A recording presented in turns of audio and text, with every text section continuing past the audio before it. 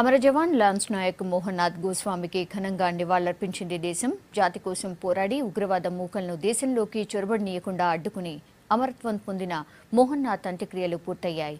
సైనిక లాంఛనాలతో సహచరుడికి తుది వీడ్కోలు పలికారు జవాన్లు. దొంగల్లా మన దేశంలోకి చొచ్చుకొస్తున్న తీవ్రవాదులను వేటాడి 10 మందిని మట్టుబెట్టి తాను మరణించాడు లాన్స్ నాయక్ మోహన్ నాథ్ గోస్వామి. 11 రోజుల్లో 10 మంది తీవ్రవాదులను చంపి ఒకరిని సజీవంగా పట్టుకోవడంలో గోస్వామిది కీ రోల్. ఈ నెల 3న జమ్మూ కాశ్మీర్ కుప్వారా సెక్టార్లోని హప్రూదా అటవీ ప్రాంతంలో తీవ్రవాదులతో పోరాడుతూ నేలకొరిగాడు. కానీ చనిపోయే ముందు 4 ఉగ్రవాదులను పైకి పంపాడు.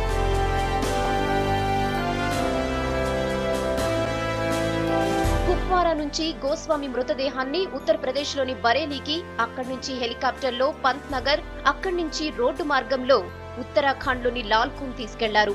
అక్కడే గోస్వామి అంత్యక్రియలు జరిగాయి.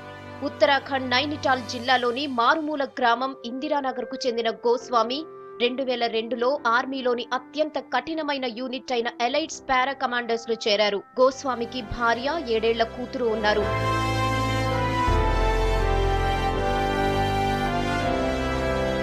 11 రోజుల గ్యాప్ లో ఉగ్రవాదులను ఏరివేసే 3 ఆపరేషన్లలో గోస్వామి పాల్గొన్నాడు. ఆగస్టు 23న హంద్వారాలోని ఖర్మూర్ దగ్గర జరిగిన ఫస్ట్ ఎన్కౌంటర్ లో 3 లష్కరే తోయిబా టెర్రరిస్టులను చంపేశారు. ఆగస్టు 26, 27లో రఫియాబాద్ లో 2 రోజుల పాటు జరిగిన ఎన్కౌంటర్ లో మరో 3 కరుడుగట్టిన ఉగ్రవాదులను హతమార్చారు. ఈ పోరులోనే సజ్జద్ అహ్మద్ అలియాస్ అబూ ఉబైదుల్లా అనే లష్కరే తోయిబా తీవ్రవాదిని ప్రాణాలతో పట్టుకున్నారు. ఇక ఈ నెల 3న జరిగిన హప్రూదా ఎన్కౌంటర్ లో 4గురిని చంపి తాను ప్రాణత్యాగం చేశారు గోస్వామి.